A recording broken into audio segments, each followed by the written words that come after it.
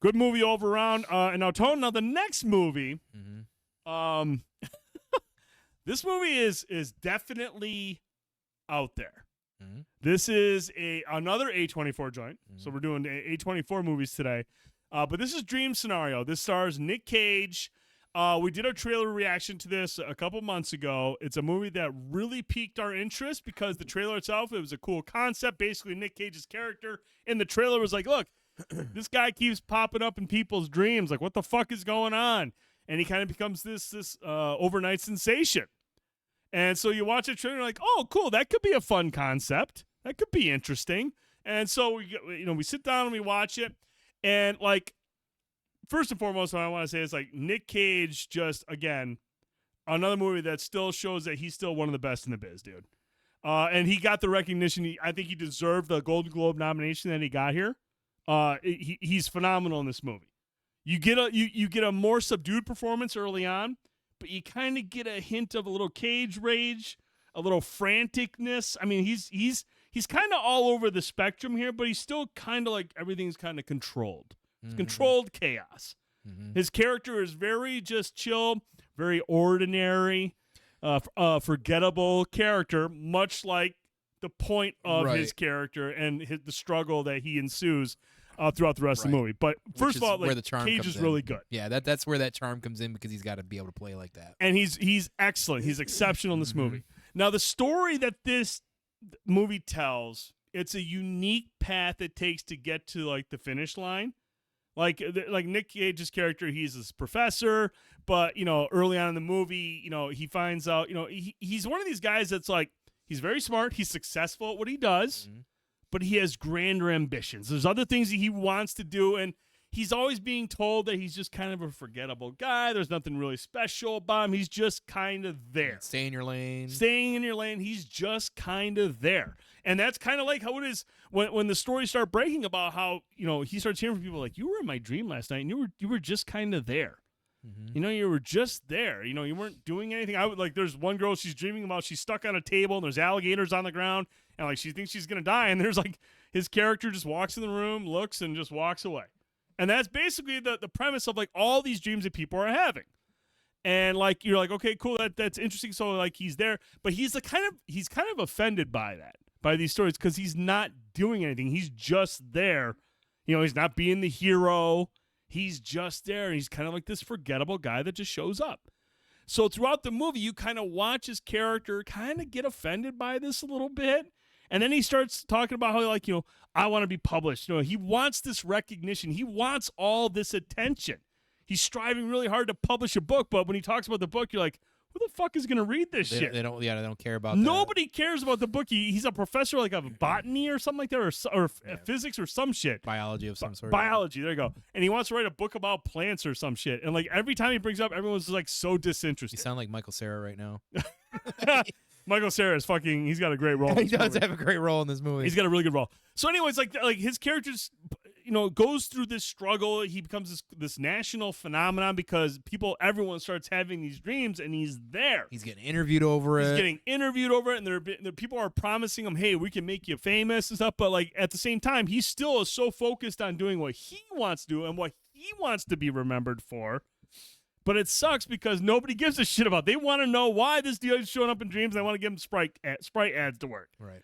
And, like, he just gets more and more frustrated. But then the point of this movie, I think, is just, like, be careful what you wish for. Be careful what you want in life. Maybe learn to be happy with what you have. Mm-hmm. You got a great family. You got a great job. You got a lot of stuff working out for you. Mm-hmm. Maybe sometimes it's not best to try to go for more or want all the attention. And the way that this movie gets to that finish line, it's a very unique take, and it's definitely a little bit slower. It's not on the nose. There's a lot of room for interpretation. There's a lot of ways to look into things. But it is, dude, the end scene it's very sad. And again, this is an A24 movie that's leaves a little room for interpretation, but is not really, like, man, a great feeling at the end. Mm-hmm. It's a very uncomfortable movie at times. It's very, like I said, there are some scenes that are fucking hilarious. There's a scene with him and a woman that he meets. Her dream is very erotic.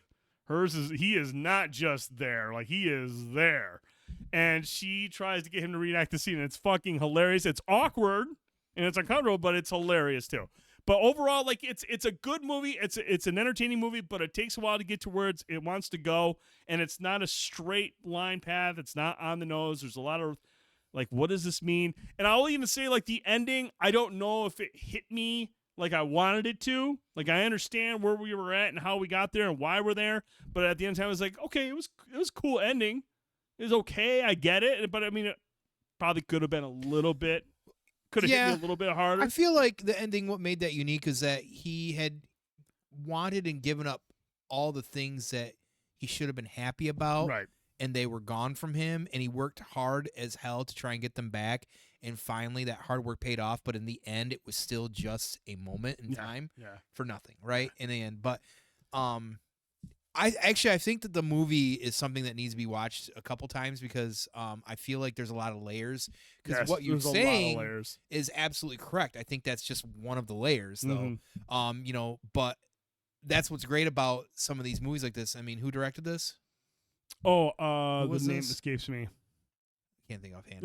I think it's produced by Ari Aster. Yeah, he had it as well too. He's a producer on it. Somebody had this unique vision about because there's actually a lot of social commentary in this as well too. A lot of social commentary, cancel culture, and shit. Yeah, and it's some of that can be on the nose, but it's interesting because again, you're using a character who's just an average person, but you're using a high prolific guy like Nick Cage in that role. Mm-hmm. So like when there's moments of like breakthrough or something of the character where you see a little bit more livelihood, like I go back to that scene where he's at his friend's house, he's got the bottle of wine, makes a little crack and goes glug, glug, glug, glug. And I'm like, that was such a funny yet awkward scene that I don't know that necessarily any other actor, it sounds simplistic. I don't know if anybody else could pull that off if it wasn't Nick. That's what's interesting about that. But the movie for me was definitely a journey. Like you're right, like it's not overly like it goes left, it goes right. It doesn't go through the middle. There's a lot to really think about, pull back and learn. Certainly it's about like, not taking things for granted in life too. But, it definitely is those things of wanting those, or as they say, delusions of grandeur, right? Yes. And then getting them. But here's what's interesting that I thought that I caught, and I don't feel like a lot of people have talked about this, and maybe they have, and I just haven't seen enough about it. But keep in mind, the dreams of people start switching. Oh, yeah. To how he's reacting in the real world, though, too. So the dream start as him a generic guy, and people are going like, "You're just in my dream." Well, then he starts acting a little bit of fool. And people start seeing that, and then it kind of influences. People start seeing and then he's like, I don't want to say like Freddy Krueger, but like he's almost like a darker version of himself. Yeah. So like every time that happens is reactionary to how he's behaving in the real world and how they dream about him, which is an interesting thing too. Now, what are the correlations? Why is that there? I haven't, again, that's where it leads again, it's a movie like you'll have to watch probably a couple times to really, kind of catch some things. I mean, I know we watched a video about it and like they were threading some different things, and there's some even I want to say some spiritual things involved as well too. There's a lot going on in here. Somebody took an idea. And just like again, it's kind of like what I said earlier about I always call myself a daydreamer. It's taking that what if. It's like it's taking something and just kind of like blowing your mind open with it and just going with it. And that's what made it a very unique movie. Like it's not overly the most exciting movie. Yeah, there's some interesting thought processes, some neat like cinematography and the dreams and stuff going on, but like. It's not at all on the nose. And if you don't like things that don't paint well in numbers, or you don't like this kind of, I can see this being a movie. And this is, from what I understand, a movie that's been kind of back and forth. It is. It's a hit or miss. It's a very big hit or miss. And I get it. Like, and I have enjoyed it. Like, I get it. There's going to be a lot of people that aren't going to get it or enjoy it. I certainly understand that. You have to just be able to be somebody that likes that kind of shit. And I happen to be somebody that likes this kind of stuff. So, but again, the whole point is for us, I know this is always going to be the big key for us, no matter if it's a $5 movie that pays out in Big Mac cards or it's a $1 million movie. Nick Cage is always going to come correct. He'll always go full in, and that's all I mostly care about at the end of the day as well too. And he does a great job playing a generic character, but Nick Cage doing that. Like it's so wild in these things He's like because this you can. generic character that's really struggling to get out of that generic shell. Like he wants to be. You can. It's almost like Nick Cage is like his favorite character. Yeah. You know, he wants to be a Nick Cage, Yeah. but he's not even near close to that. You know. Yeah. So I don't know. It's wild. It's a movie, like I said, man, and it has nothing to do like if it's. I wouldn't say it's like cerebral, like only certain people will understand it. Like, no. It's just how you interpret all that stuff. And I think it's like you said, it's a movie like the ending is there and it's open to make you think about stuff, but upon further viewings, there might be smaller things that you catch. Mm-hmm. Because when you first go through some of these scenes, you're just like, what the fuck could that possibly mean? Mm-hmm. But you haven't hit the finish line yet either. Yeah. So now that you've hit the finish line, you go back and watch it again, and you're like, Yeah. I get the reference there. I get the connection there. Mhm. And then after you watch it for a second time and you get to the finish line, like, okay. Yeah.